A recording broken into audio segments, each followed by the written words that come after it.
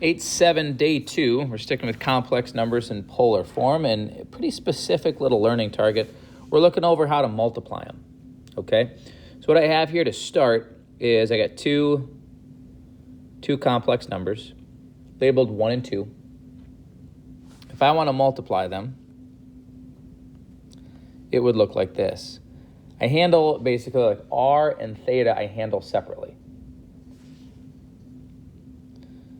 So I need to get a new r value. That one's pretty straightforward because you do exactly what I think that you would suspect that you would do, right? You multiply them. Where things get a little bit goofy is with the angles, we add them. Kind of tempting to say that we should multiply them, but the angles we actually have to, we add. Not terribly complicated to do, but that's how we do it, okay? So I got a pair of them down here that we need to do. But the only complicating factor we got to think about is when we express our theta, it should be between 0 and 360.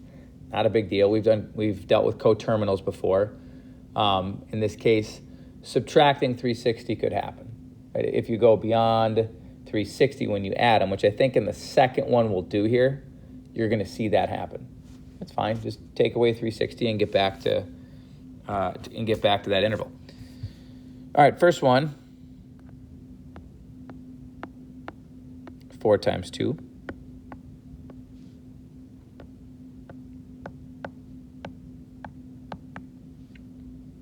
Angle would be 30 plus 75. 8 cis 105. Right? Some of them can be just that simple. Multiply the r's, add the angles. You multiplied those two complex numbers.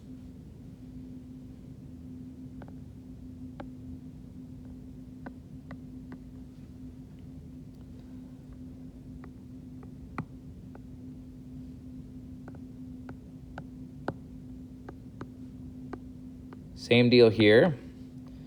R is 12.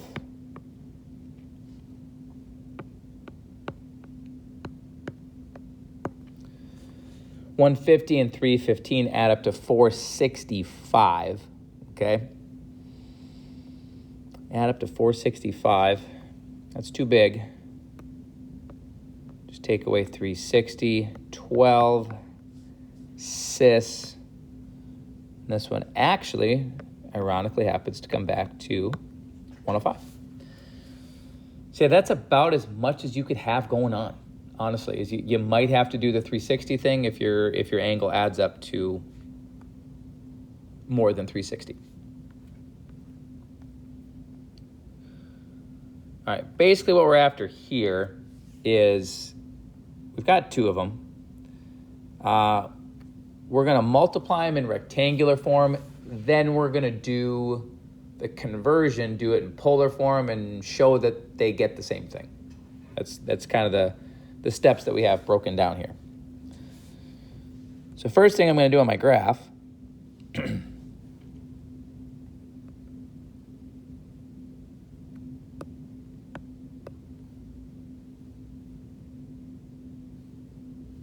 there's Z2. Let's see, 3.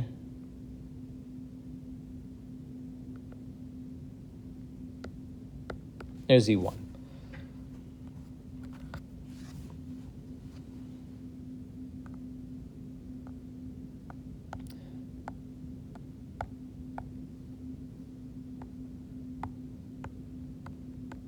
I'm going to multiply these just in rectangular form.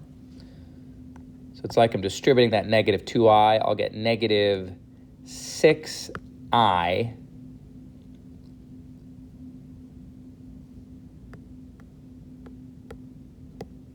minus 6i squared.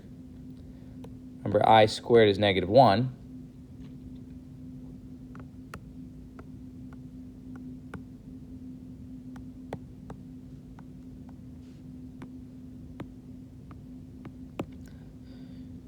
And we'll get 6 minus 6i. Okay, so that's not doing it in polar form. That's just multiplying 2 complex numbers. And if we went back to last fall, we actually did that a little bit. Didn't spend a ton of time on it, but how to multiply 2 complex numbers was something that we covered. So let's convert them over to polar and multiply them. Okay, let's start with z1.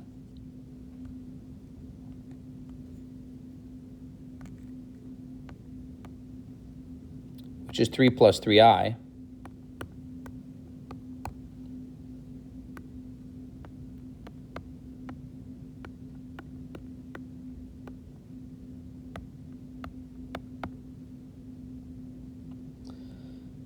Which would come out to be 18.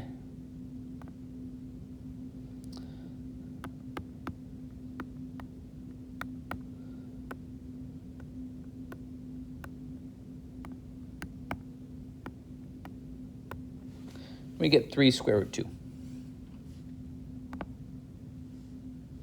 Box that in.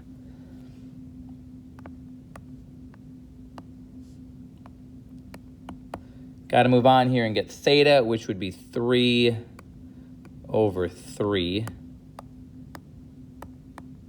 So we need to do tan inverse of 1, which would be 45 degrees. So we'd have 3 square root 2 cis 45. Okay?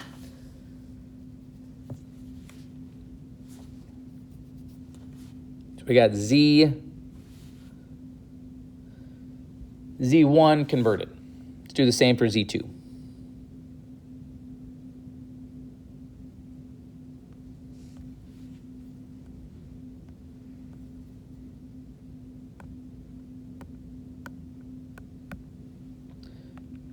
Z2 is 0 minus 2i. Was 0 squared.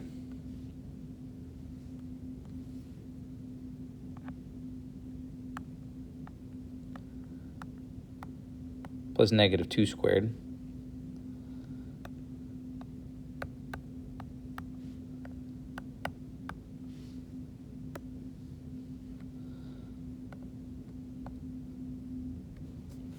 R squared would be 4, R would be 2. Interesting scenario here. We go tangent inverse. We got to go B over A, right? B over A, that would be negative 2 over 0, which is undefined, right? That's okay. If you were to check your unit circle, you'd see there are 2 spots on it where tangent is undefined.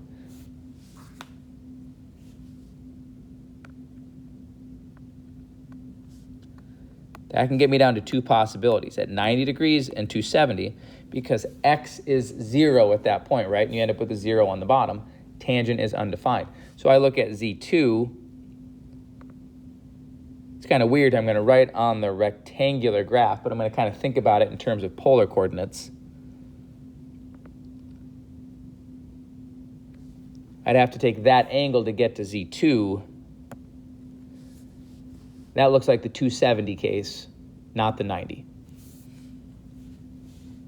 So R was 2, CIS, 270. Okay. Got them both converted. Okay. Now, last but not least, let's take this one right here. It says to take Z1 times Z2, which we know is 6 minus 6i, and let's convert that one. Third time through here is getting a little tedious, but as far as the conversions, it's good practice.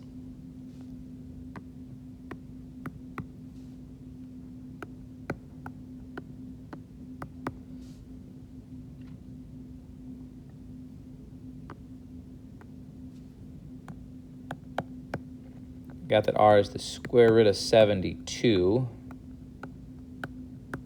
We're going to be able to simplify that. We'll get 6 square root 2.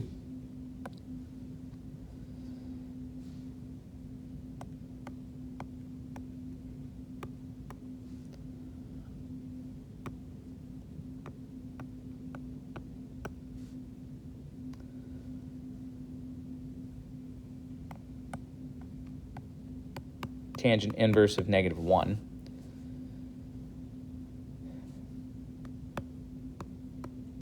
Now, if you were to do that off a calculator, it would tell you -45 degrees, okay?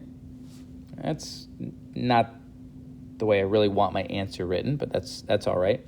Because thinking about it on the graph over here, I got 1, 2, 3, 4, 5, 6. 1, 2, 3, 4, 5. I kind of go off the graph, but really way down here is where you would find Z1 times Z2. I can see it's in quadrant 4, so if I add 360, I get 315 degrees. So I'd have 6 square root 2 CIS 315. Okay, so I converted all three of them.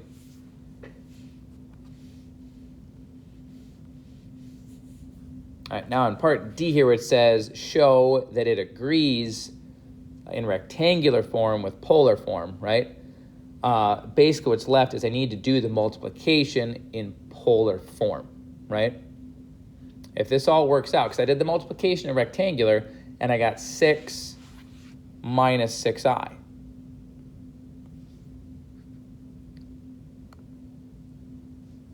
Okay, now let's actually check it graphically first. 6, right? 6 square root 2. Well, this is going to be kind of hard to do on the graph. 315 degrees is like right here. I got 1. It's like right there. 1, 2, 3, 4, 5, 6, 7. You'd have to go a little bit past, right? But if you go back up top, they're about in the same spot, right? Both of them, I kind of went off my graph a little bit. Here. And down here. Okay? But to show that they agree, I need to now do the multiplication in polar form. Okay? So let's go ahead and do that. Z1, we saw, is 3 square root 2 cis 45. Z2 is 2 cis 270. Here's basically the deal. I know when I do this, if everything is worked out, that's my answer. Right? That's the way the whole this whole thing should work. If this process of multiplying is legit, that's what I should get. So I'm going to look at my r's here. 3 square root 2 times 2 cis 45 plus 270. Right, those two I can multiply. 6 square root 2, 45 plus 270, 315, and there you have it, okay? Either way you multiply it, you're getting the same number.